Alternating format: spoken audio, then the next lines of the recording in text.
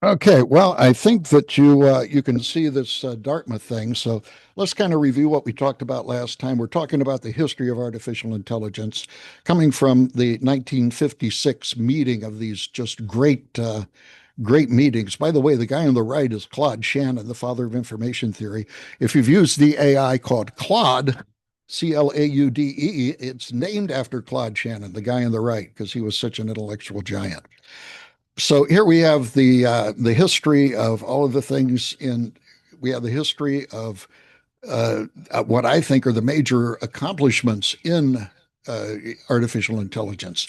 And by the way, there were a lot of bumps in the road. There were a lot of really celebrated artificial neural networks and AI that haven't survived. One is the Hopfield neural network. That was by John Hopfield. He actually won the Nobel Prize recently for his silly work a long time ago. Another one was hidden Markov models. This used to be the genesis or the foundation for automatic speech recognition, and that has been replaced by just looking at, if you will, time frequency plots of things. So these are ones that have happened and they have stuck. So we talked about the McCullough-Pitts neuron. We have talked about Hebb's law. We talked about the Rosenblatt perceptron.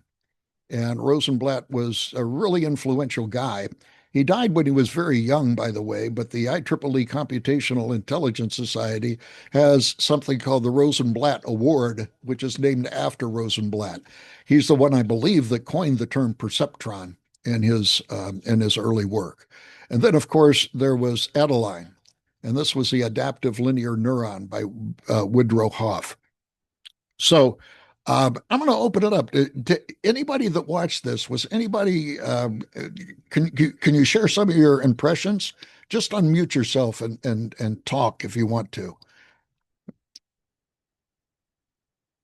Wow, 26 people and everybody's shy. Okay, nobody. You watched it, right? Okay, you watched it. Okay, well, you think about Or what impressed you. Go ahead.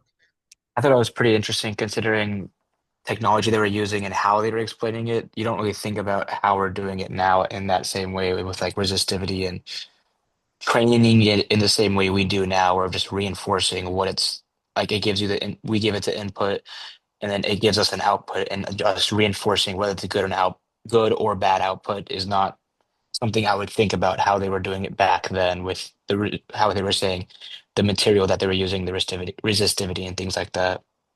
Okay.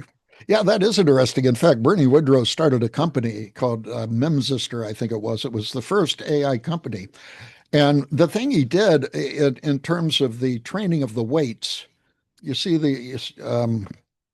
you know what, I'm looking at my screen and I don't see the cursor, but the thing is that, do you see my cursor? Wiggle, wiggle, wiggle. Okay. You see these weights here in the upper right-hand corner with the W's, sub NKs, etc. In order to train the neural network, these are all little knobs which you have to turn. And when we study error back propagation, you'll find out that how we actually adjust these weights in order to make the neural network do what it's supposed to do. Currently, some of these large language models have a trillion of these weights, trillions of these weights, which have to be tuned in order to get the neural network to work. Now, Woodrow used kind of Hibb's law, neurons that wire together, neurons that fire together or wired together. And what he did was kind of fascinating. He used analog computing. And what he did is he recognized that you could put a conductor in a solution and you could plate it. I don't know if you guys have ever seen plating action. Shoot, when I was a boy, one of the big things was plating baby shoes, and I still have the baby shoes that I had when I was a little baby that my parents got plated, and it's covered with a kind of a film of the copper. So they dipped it in a solution. They dipped it in a solution. They applied electricity, and then the copper in the solution adhered to the shoes. And it came out that, it was solid brass shoes. Well, Woodrow thought this idea would be good for making weights bigger or smaller. So he actually put a little conductor, you can think of it as a little pencil, if you will, in a solution. And as the weights increased, there would be more plating action in the pencil because there would be more metal deposited on the pencil. This would increase the conductivity, wouldn't it? And you could also go the other way. If you reverse the polarity in the solution, the copper would go from the pencil back into the solution. And he was able to adjust the weights of neurons this way. And he actually came up with a technique of doing that. Of course, we don't do that today. This, by the way, is analog computing, right? It's there's nothing digital about it, but I thought that was incredibly clever. He did start a business called the Memsist. I believe it was called the Memsister, and it was one of the first neural network businesses that was proposed. Didn't do very good. So I'm glad you got a chance to look at Bernie Woodrow's work. He's still alive. He's in his 90s. I actually exchanged email with him about 2 months ago, and he's still cooking. Really, really bright guy. The other guy, well, then we mentioned about the perceptrons, the book that came out, and they looked at Woodrow's work, they looked at Rosenblatt's work, and they said these perceptrons don't do anything. And I tell you, this is a big challenge. When you when you look at the AI today, you'll see people come out and they say, "Well, it can't do this, it can't do that, it can't do this." Never accept that because I can tell you that there are things which AI will never do, and we're going to get specifically into that. But as far as specifics, well, AI will many times overcome that. One of the things that AI has overcome, which surprised me, was put in a book by Eric Larson, and that is that AI will never reason abductively. Anybody know what abductive means? Okay, you can't. We don't have a class where you can. If you want to raise hands, you can do that. But abductive means that you come to the conclusion of the most reasonable solution. So you might go outside and it's wet. So you think, okay, well, it rained last night. That's probably the most reasonable conclusion. And you look at the grass and it's wet, but then you look at the concrete and the concrete isn't wet. Well, if the concrete isn't wet, maybe it didn't rain. Maybe the second best solution is somebody turned on the sprinklers in order to water the grass, and maybe that's why the grass is wet. And you can go through all sorts of collecting of evidence and come to a conclusion. If you follow the work of Sherlock Holmes, he deduced a lot of things, but his deduction was from abductive reasoning, which is looking at the evidence and coming up with the most solutions. So uh, Larson said that yeah, AI would never do abductive reasoning, and this was. And by the way, a great guy that I respect, Gary Smith at Pomona College, came up and said, "Yeah, AI will never solve these riddles." And one of the litmus tests at the time was something called Winograd schema, and they had contests every year for people to try to use AI to overcome Winograd schema. And the Winograd schema was statements such as the following: I can't cut down that tree with this axe because it's too small. Now, what is unclear about that? It's the pronoun its.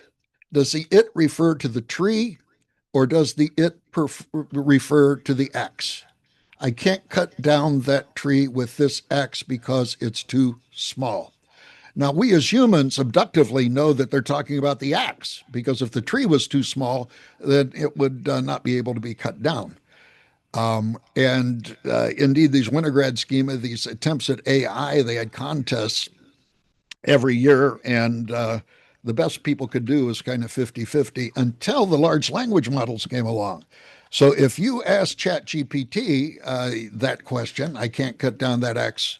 I can't cut down that tree with this axe because it's too small. It will know that it refers to the axe. Why? Because the new AI from the 2017 paper actually has the ability to interpret the relationship between pronouns and other things. Uh, there are other things which other things which were ambiguous, such as I call them flubbed headlines. And I actually said, well, AI can't solve flubbed headlines. For example, you get an announcement and says, Dr. Gravania is going to give a lecture on the moon. What does that mean? Well, there's two interpretations. One of the interpretations is that, hey, that's kind of funny um, because maybe he's going to go to the moon and give a lecture. Dr. Gravania is going to give a lecture on the moon. Well, I think that we know from experience that that's not what it means. That's actually kind of funny. What rather it means is that he's going to give a lecture, and the topic of the lecture is the moon. Now, there was a time when AI couldn't detect this. Well, with the large language models and the publication of the paper Attention is All You Need in 2017, that gave rise to ChatGPT and these other things, ChatGPT can do this now. So we see a history of this where people talk about things that AI can't do, and people have shown it wrong. This was something that Minsky and Papert did back in their book Perceptrons. They said that it was not possible for neural networks to do different things. And we'll actually, when we talk about the perceptron, I'll actually give you the example that they used. Well, it turned out that they were wrong. And anytime that you hear AI can't do this and can't do that, take it with a grain of salt, because I tell you, the people that are developing AI, which are in private companies, not the government, the government, not at the universities, but in private enterprise, the people that are doing that are just making incredible inroads into solving some of these problems. Now, this said, there are some things which AI will never do, and I will make a case for that. And we will talk about why AI will never do some different things. They will. I think, for example, AI is. I think it's obvious they'll never love, have compassion, or or empathy. But I think more important, we're going to make the case that AI can never be creative if we define creativity properly, and it will never be able to understand what it does. It can add two numbers, 14 and 22, but it doesn't understand what the numbers 14 and 22 mean. So this was their book, Minsky and Papert, and we talked about that a little bit last time. So that was an interesting thing, and it crashed all of the funding. And I mentioned this last time also in artificial neural networks, especially from the DoD. And it turns out that they got whiplash because it turned out their funding was canceled also. So along came this guy in 1975, Paul Werbos. You listen to his podcast. Paul is still around, and he did an incredible job in 1975 in coming up with the error backpropagation algorithm. And what happened is that his neural network was able to overcome some of the challenges that Minsky and Papert had talked about. So they say AI can't do this. Well, Paul came up with this, and later it was shown that his technique and what he did was something that could be done by Paul's using the error backpropagation. And so I think I mentioned last time that I think Paul Werbos and Bernie Woodrow should have won the Nobel Prizes last year in neural networks instead of John Hopfield and Jeffrey Hinton. Hopfield's neural network was, I don't know, not that, well, it was not that hot. It's just a footnote in history that never caught on. And Jeff Hinton never did anything specifically which contributed to the area of neural networks. There was no specific contribution. It was kind of for a life's work sort of thing. He did great work, but and popularized a lot of things, but he didn't deserve it. It was Paul Werbos and Bernie Woodrow that deserved the Nobel Prize. So it was Werbos's work was popularized in a couple of books, and by Rumelhart and McClelland. Rumelhart was a really interesting guy. He was kind of a nerd. I met him once in Japan, and we all went out to karaoke because in Japan it's a big deal to go out and get with karaoke. And if you want to make friends with people, go out and rent a room and get karaoke. Don't do it in an open bar. Just get a bunch of friends. And we had a lot of people there. We had some Russians. This was in Japan. I think it was in Nagoya, Japan.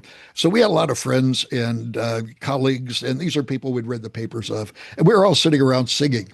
And Robert Heck Nielsen, which is the first the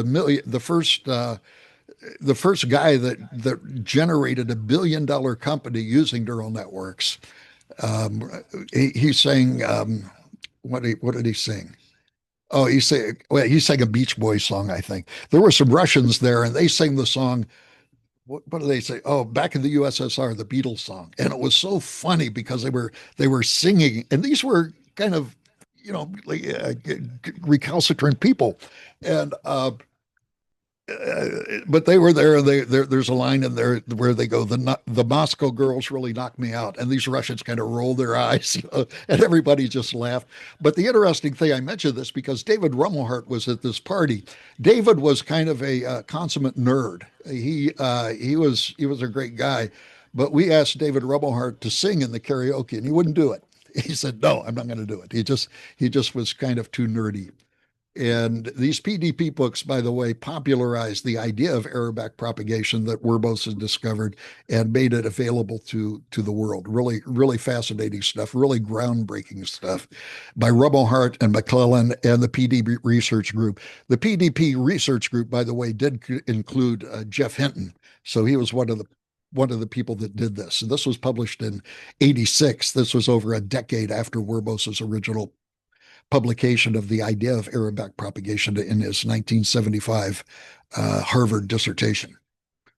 So this is really well. Okay, so this is another breakthrough in artificial neural networks.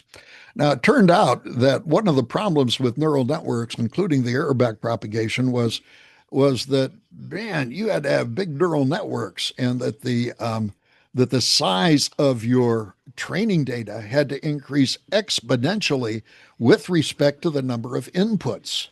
So therefore, you could not train a neural network to differentiate a sumo wrestler from a basketball player. You had to do what they call extract features. You had to say, okay, what's a good feature of a sumo wrestler and a basketball player? Probably height and weight. So you would gather height and weight, and that would be the input of your neural network because that was only two parameters. And the neural network could handle that and could very well distinguish between a sumo wrestler and a basketball player. Well, along came convolutional neural networks. They're a type of deep learning, and they overcame this problem. And they allowed something to be done which could never be done prior to the convolutional neural network. They were able to actually look at data from a pixel level.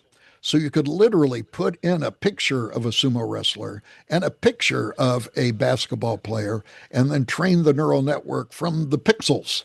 And if you think about that, that's a lot of inputs. And they figured out how to do that. And we'll talk about the convolutional neural networks and why it was such a big hit.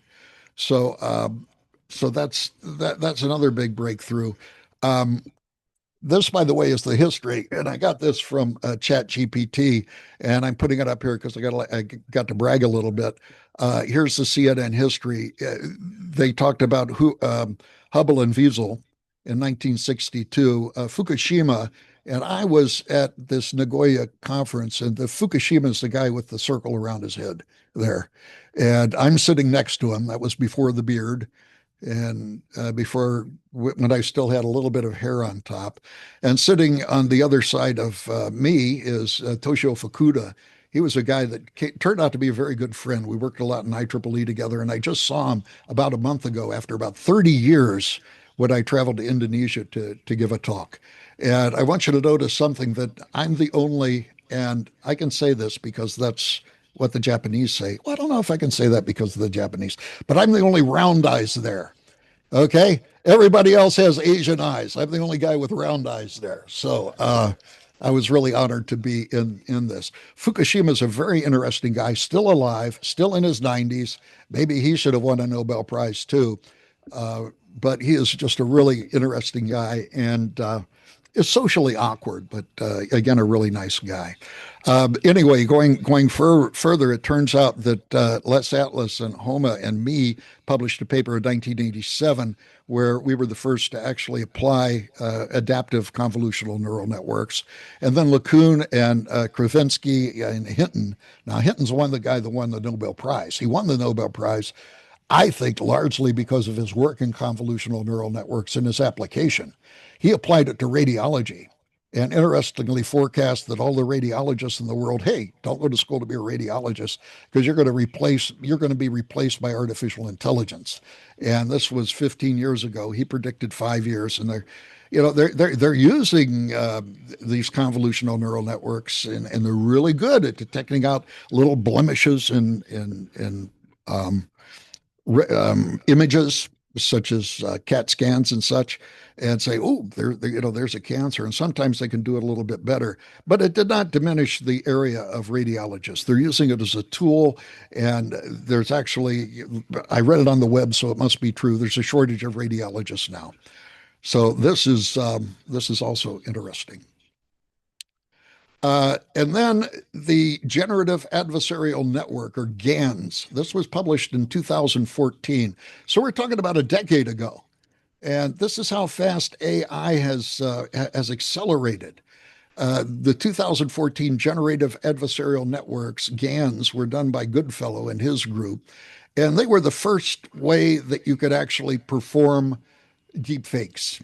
And they were able to, if you will, capture in a silo. If you think, can you see me? Nod your head, yes or no. Okay, you can see me. Okay, what the idea is take the space of all images, every image in the world, picture of your toenail, a picture of Donald Trump, a picture of Obama, pictures of computers, pictures of Kleenex bottles, of cans of peanut butter, and you can think of this as a big space, right? Now, in that space, there's a smaller space, and that smaller space contains, for example, the space of all of the pictures in the world that correspond to people's faces. And the idea behind GANs is that you got a bunch of examples within this silo of people's faces. And so you had an idea in this humongous space, the sort of things that you wanted to look at. So you looked at all of these individual cases here. And then what the GAN did is he says, well, other faces that you haven't even seen before are in here. So they took those results, they interpolated the results, and they were able to come up with new faces that you never ever saw before. So a decade or so ago, uh, oh, shoot, yeah, maybe a decade ago, there was a website that came up called thispersondoesnotexist.com. It's a fun website. It's old, but it's still kind of instructive. And here, for example, are results of GANs. And if you've seen the deep fakes, they're incredibly realistic. And in these are images. Four of these images were taken from thispersondoesnotexist.com, and four of these people are actually real people. Does anybody recognize any of the four people? Well, okay, you got to get around more. The guy on the There's our bottom, dean. what's that? There's our dean on the bottom right. That's right. Good for you, Luke. Yeah, Luke got it. On the bottom right is Dean Pack. He's the dean of the College of Engineering and Computer Science. So I was giving a talk about this one time, and Dean Pack was in the room. So I thought, maybe I'll get some brownie points if I put his picture up. And so that picture has kind of remained there. So which are real and which are fake? And this is a difficult thing to determine. In fact, I think it's probably impossible. Well, this is the way it looks. You can see that the four on the left are fake. These were generated in this silo, not by training data, but by things which were in this little silo of the space of everybody looking like a face. And the ones on the right I grabbed from the web, and they are indeed real. And you can see it's just impossible to tell the difference. The interesting thing is that you hear a lot about so-called hallucinations today. That's the way that AI kind of screws up stuff. And I hate the term hallucinations because it anthropomorphizes the AI. It kind of treats it like it's human. It isn't human. It's a computer, for Pete's sakes. And I complain to my wife. She does this with our dog. She thinks it's human sometimes. But we think that AI is human, and we give it kind of human characteristics. And we'll talk about that in a little bit. And if you go through this person does not exist long enough, you get some of these so-called hallucinations. And I'll show you a couple. One on the left is a image, and it turns out there's this big fleshy creature on the left-hand side, and the same thing on the right. The little girl with the face painting. You can see this big fleshy eyeball on the left. So it does make mistakes, and these are hallucinations. Now, getting back to the question, do you think that AI can get rid of this? Yeah, I do. I do. If it's given the time and the effort.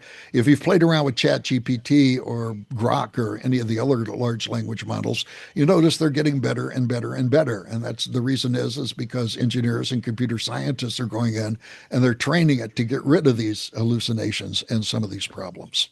With this, I'm going to show you one of my favorite deep fakes. You ready for it? This is a picture of Jesus Christ taking a selfie with his apostles. I think this is great. It is very cheerful, and it was clearly during a good time in Christ's ministry. But I just look at that and I get joy. I showed it to one guy. He says, "Oh, that's sacrilegious." No, I don't think so. It's anyway. I thought that was really good. And of course, now that we have the ability to make videos, and I will show you a video. How many? Okay, you can see. Okay, thank you very much. Okay, I don't know if you've seen these baby Trump videos. These are the greatest. The these are some of the most fun deep fakes that I've seen. So this is really interesting. This is Donald Trump talking to Albert Einstein. If you haven't seen it, Ladies and gentlemen, today I went back in time and brought back a genius. No, not myself, the other one, Albert Einstein. I'm still figuring out how you broke physics to bring me here. It's called powerful connections. You had EMC square. I had MAGA plus Wi-Fi. Interesting equation. Does it explain your tweets? My tweets? They're like quantum particles, misunderstood, yet unstoppable. Like nuclear energy, unpredictable and dangerous if not handled carefully. Einstein, between you and me, who's got better hair? Well, mine's real. That's debatable. So, how do you feel about time travel? After this interview, I might reverse it and pretend we never met. Genius. Sure. But I still think he's jealous. I solved the equation to win elections. Hit follow before Albert erases me from history.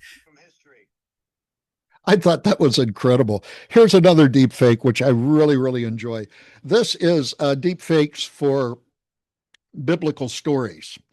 We first of all hear David and Goliath. That's David there, and you can see Goliath standing behind him. So we see just these really quick clips about David and Goliath, and then Moses. Moses, while he's walking across the parted sea, Shadrach, Meshach, and Abednego, who went into the fiery furnace, Noah, who's in the ark, Joseph and his great Technicolor dream coat. Then we see Samson about ready to take down the temple, and then Jonah after he's been swallowed by the whale. So let's watch this. It's really short, but it's really funny. Good, fam. Your boy David here, about to yeet this little stone at Goliath and see what happens. Okay, so I told y'all to trust the process, but no, y'all wanted to stay in Egypt stacking bricks. Yo, it's Shadrach. This random dude just showed up. It's getting lit in here. I got the horses in the back. Horse tack is attached. Hat is matte black. Got the boots that's black to match. You know I'm a daddy's boy. He's got me in this Technicolor drip. Brother's so jelly right now. They're looking a little sus. These Philistines thought they could flex on me. Big mistake. I just took some pre-workout and finna bring the house down. I would like to formally apologize to God, the sailors, and this whale. Sorry, dude. I hope you enjoyed that as much as I did. Okay, let's go ahead. So that was GANs, but there was another sort of deep fake algorithm that came out, which was diffusion models, 2015. So this was 10 years ago. They're generative AI. They work a little bit like GANs, but they're a different algorithm, and we'll get to the point where we actually talk about diffusion models and what they can do. And then lastly, there's the transformer models for LLMs. This was only done in 2017. Attention is all you need. This is the work that led to all of these large language models, all of this image synthesis stuff where you can ask like Grok to generate an image and it'll do it. And it's called Attention is All You Need. This is the technology that solves some of the problems I talked about before. The abductive reasoning. Yeah, the AI can do abductive reasoning to within an extent.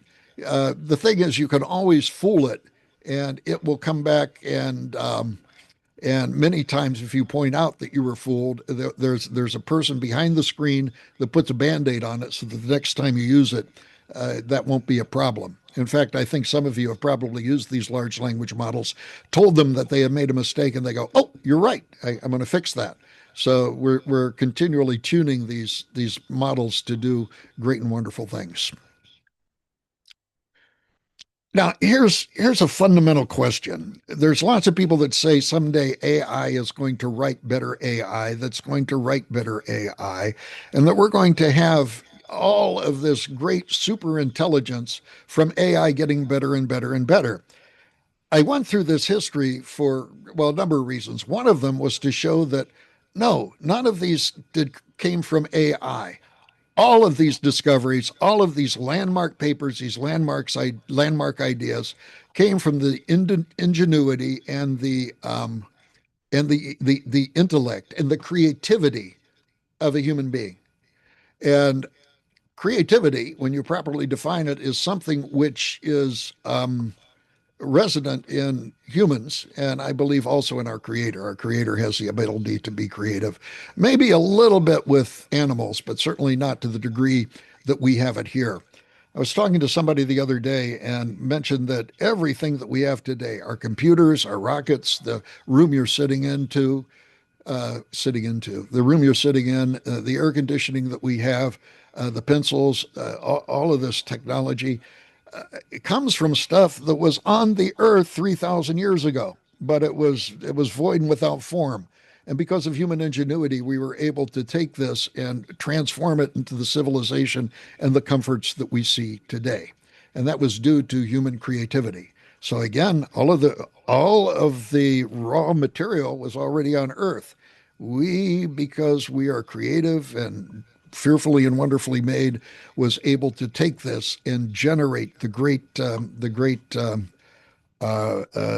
society that we see today. So with this, one of the things that happens is that AI is hyped. I'm just making a list of all of the AI hypes.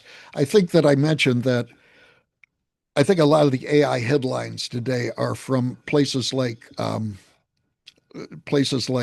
National Enquirer, or they have that Spirit, or the Star, the Worldly Daily News, and it's there for clickbait. It's there to get you to read it, to scare you a little bit possibly, and to get you to click on stuff, to go to different places, different web pages, and look at their advertisements. And because of the advertisements, you're going to buy well, because you look at the different advertisements, maybe you're going to buy it, but they also get money from the advertisers. So hype is all over the place. So let's talk about hype a little bit. Uh, I don't know if this is hype. Can anybody tell me what this picture means? That's Vladimir Putin. Okay. I'm not going to tell you because I'm kind of embarrassed. But anyway, he's aware of this. So is Xi in China. But whoever becomes the leader of the sphere, he's talking about artificial intelligence, will become the ruler of the world. Yeah, maybe that's true. Certainly, it will enhance everybody. Now, there is in history something called a hype curve, and we are in this in terms of artificial intelligence. This has occurred again and again and again every time a new technology has come out. There's the beginning of it, and then there's the peak of hype. And this peak of hype is people taking the technology and making all sorts of assumptions about it, and actually making hyperbolic assumptions and hyperbolic claims. And many of those claims are never going to come true. We talk about AI writing super intelligence. There's no evidence that that is ever going to happen. In fact, I'm going to make the case that it can't ever happen. We have all of these fears about what AI is going to do, and this generates a peak of hype, which you can see there. And because of the peak of hype, people realize that the technology isn't going to do all of the things that it said it's going to do. So there's an overreaction to the technology because people realize that all of the claims that are being made aren't that substantive. And so after the peak of hype, there's the overreaction to the immature technology. and there's a depth of cynicism. And we see this over and over again in terms of new technology. Then there's the true user benefits, and the true user benefits um, translates to an asymptote of reality. In other words, it's going to be adopted into the society, but at what level? No, it's not going to be at the level of the peak of hype or the depth of cynicism. It's going to be somewhere in between. And with AI, we're in this right now. We hear a lot of claims from people that say AI is a bubble. And my friend Gary Smith at Pomona College believes that the AI companies, not the application of AI, but the AI companies such as OpenMind and Grok are kind of in an economic bubble right now. And the bubble's going to pop. And he has statistics to back it that I don't understand. But, maybe we're starting to get this delightful reaction to the over immature technology. Let me give you some examples of this. One time, Steve Jobs was told to come because, hold on a second, I got to do something here. He was told to come to a private screening of a new technology. He came out and he says, this is going to be bigger than the internet. This is going to be bigger than the computer. It's going to revolutionize the world. And he was so excited about this new technology. And so he contributed to the peak of hype. You know what Steve Jobs saw? He saw the initiation of the Segway. And you can see in the upper part of the figure that there are three policemen here on Segways. We're all familiar with that. Has Segway made inroads into technology? Absolutely. You see them all around the place, and they're pretty incredible. But have they revolutionized transportation the way that Steve Jobs thought? No, they haven't. There was a peak of hype, and then it was introduced. Yeah, it was good for some things, not good for other things. And there was a depth of cynicism, and now we're on the asymptote of reality. Maybe this is going to be adopted more in the future. I don't know, but this certainly went through the hype curve.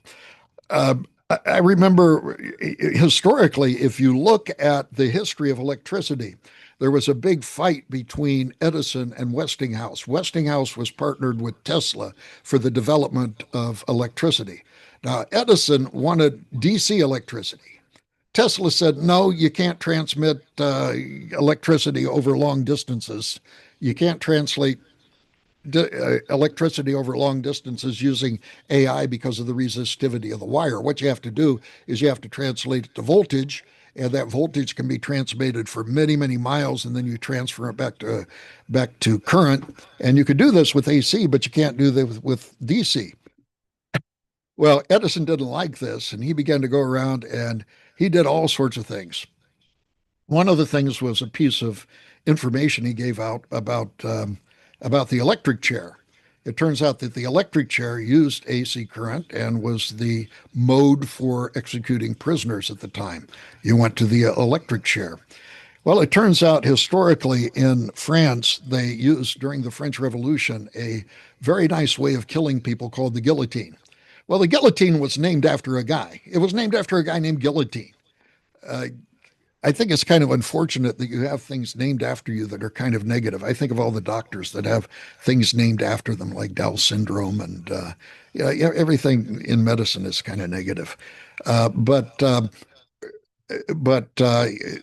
that's what Edison did, and he said, well, when they have the guillotine, it's named after guillotine.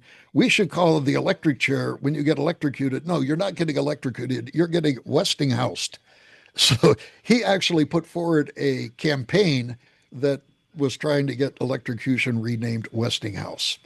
So he did incredible things to try to generate the negativity to AC, to alternating current. One of them is he used to go to state fairs and electrocute animals using AI, or not using AI, using electricity. And his most famous one, he electrocuted this elephant named Topsy at this big World's Fair and killed the elephant in front of people just to show how dangerous AI was going to, or how dangerous electricity is going to be. We hear this now with AI. Oh, it's going to be so dangerous. Well, yeah, electricity is dangerous, but it has so many benefits that we've learned to live with it. Let me give you some other examples of the hype curve. There was Lucy. Lucy was purported to be the final missing link in the chain of evolution. It was purported by a guy named Dawson who came up with this skull, and you can see that skull in the middle here. And Dawson was all excited about this because he said, excuse me, he said that Lucy was a missing link. Well, yeah, yeah. Well, it turns out years later they found out it was a big fraud. So he had a peak of hype, but reality came along. And by the way, reality always trumps things. For example, with AC electricity, that's what we use today because Tesla was right. And independent of what Edison came out and said, AC is the way to go because you can transmit it for miles and miles. Um, and that was the same thing with Dawson. There was a peak of hype. Everybody was excited about it. But then it was shown to be just a totally big fake. It turns out that the jaw was from an orangutan or something like that, and parts were different. And Dawson had actually done this as a big fraud. I'll tell you a third one, and I'm kind of lamented about this because this touches me personally. I got my PhD a long time ago using optical computing. It turns out that, wow, the idea of optical computing, think of this. You put it, you have one transparency. You're familiar with what transparencies are. And that transparency lets through maybe a quarter of the light. And you have another one that lets through half the light. If you put those back to back, then you let through a quarter times a half, or you let through an eighth of the light. Now, does that make sense? You put two transparencies together, and whatever their attenuation is multiplied.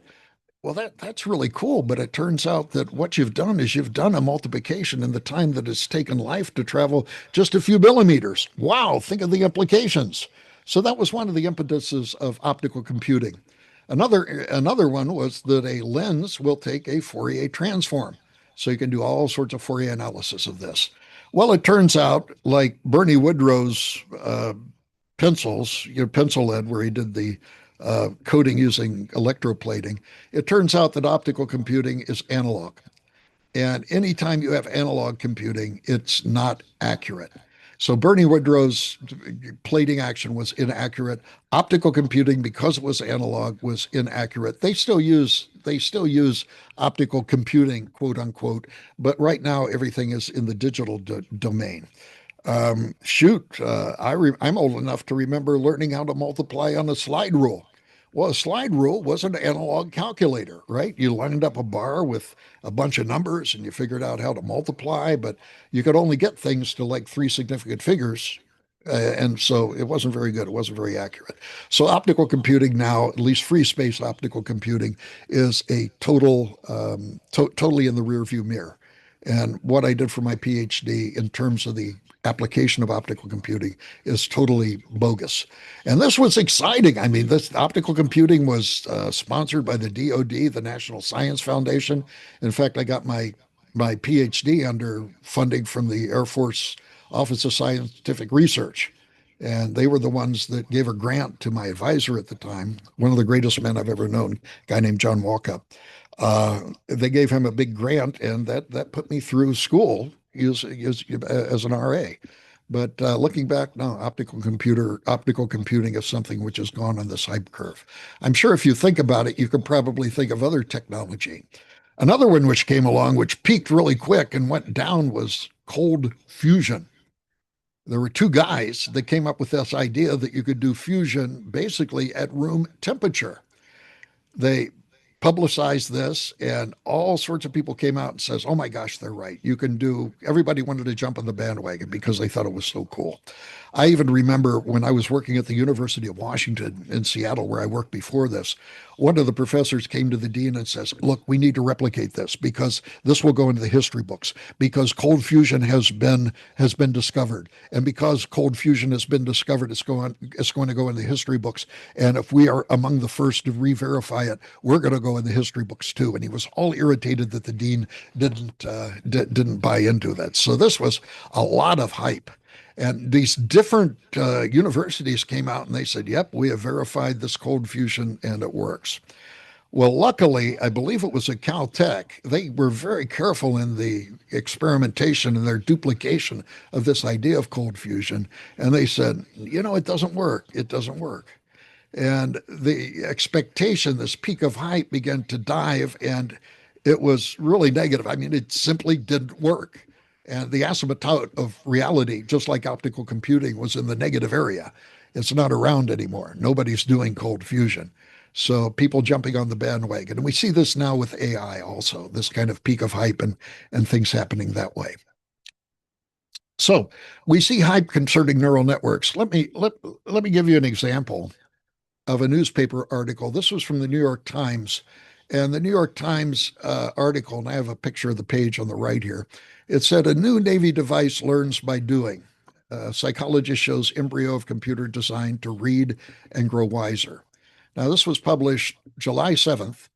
It was published by UPI, United Press International, and it said the Navy revealed the embryo of an electronic computer today that it expects will be able to walk, talk, see, write, reproduce itself, and be conscious of its existence. This is the sort of thing, excuse me, this is the sort of headline that we would expect today. And I give a link to this slide. I'm going to give you a copy of these slides. I'm still kind of working on them because I'm redoing the introduction to this class because it changes all the time. My goodness, the last 2 years I've had to change quite a lot of stuff. You think that this is something which would appear today? Let me tell you when this appeared. This appeared July 8th, 1958. 1958. This was 2 years after the Dartmouth Conference. Two years after people such as Claude Shannon, Marvin Minsky got together, and McCarthy coined the term artificial intelligence. And so we see this hype here associated with it. Now we're going to go over some ways to filter out hype and hype in artificial intelligence and also hype in general. And one of them is delayed scrutiny. Delayed scrutiny is when people make claims that aren't going to come true today, but it will come true in the future. And so you can see little hedge terms in here. You can see, for example, that it expects we'll be able to walk, talk, see, write. So this is a hedge term saying that this is going to happen in the future. We see all these hedge terms quite a bit, and I think that 90% of them are just unfounded speculations and have no way that they should be held in any sort of confidence. So that's kind of interesting. So here was Rosenblatt. We talked about Rosenblatt and his perceptron. And I suspect that this New York Times article was due to some of his work. Here is Rosenblatt and a paper that he wrote, hyping the future of artificial intelligence. And hey, when you are doing something, you hype what you do. We see Elon Musk out there all the time. He was hyping the stuff that Tesla was doing in their self-driving cars. A lot of people push back and they say, it isn't doing that. He's doing that now with Grok and AI, making all sorts of outrageous claims that are kind of half true, if you will. And I believe that probably New York Times was motivated by an article such as this. This was published, you can see, in 1958, the same time that the UPI New York Times article came out. So why are people afraid of AI? I want to give you a little psychology. This is electrical and computer engineering. This is not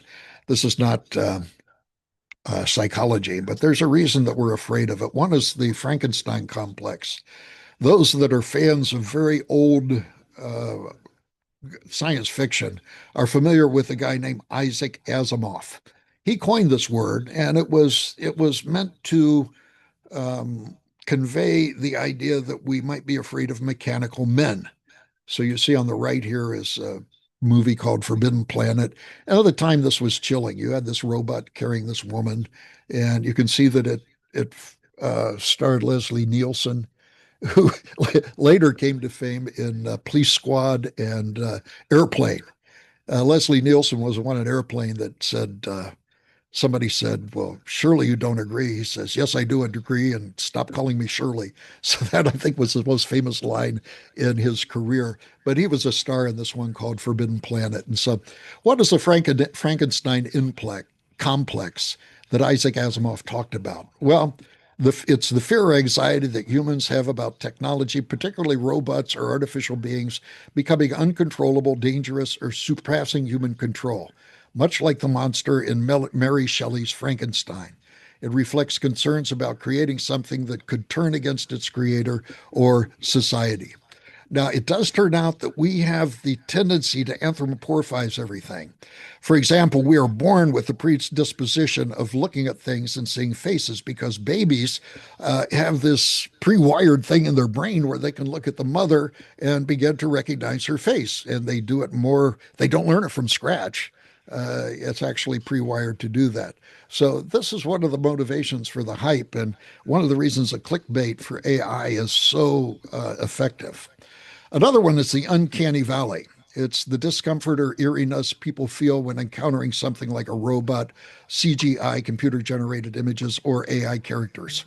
They look almost human, but not quite, due to the subtle imperfections in appearance or behavior. And this is interesting. This illustrates that indeed we are very subjective to looking at characteristics which are human. Look at all of the images on the right. If you look at the images on the right, they all kind of look like a human face. And this comes from, I think, when we're born, this pre wiring to the disposition that we recognize faces more easily. And if something looks like a face but isn't human, it can freak us out. So we have a stained glass window. This is actually a stained glass window in my house in McGregor, Texas. And I see a clown there in the upper left. And then computer outlets. You can look at computer outlets, see two eyes and a mouth, and the computer outlet kind of looks like a scared person. You can see it. There's a faucet there with two knobs and a mouth. There's a on the upper right is a tissue box, and it looks like it's sticking its tongue out. I even see an image in the bottom left where you have a cup of coffee, and then the right. I did this in my house also. That's a chest of drawers in my house where if you just open a little bit, it looks like a freaky monster with its mouth open. So we get freaked out by these things in the uncanny valley, and that's kind of freaky. And that's one of the reasons that we're so subject to being afraid about AI. So let me go through some of the headlines. I just kind of cherry picked a few. Here was one from Newsweek. This strange headset lets you interact with digital devices simply by reading your mind. Wow, that sounds really interesting. And so it's this guy on the right. I forget where he was from. He was, I believe, MIT, but he came up with this idea of having AI read your mind. Well, if you read his paper, if you read the documentation, it wasn't reading his mind. You know that strange headset he has. Do you see the headset there that kind of goes up to his mouth? Many people can read lips. If you're deaf, your ability to read lips is much better. Well, this guy came up with a technique where he actually had this next to his lower lip on the right. And what happened is he moved his tongue on the inside. This device picked up the movements of his tongue through his skin and translated that into his thoughts. So he was asked, for example, to add 56 and 22. He did it in his mind and then moved his tongue to give the answer.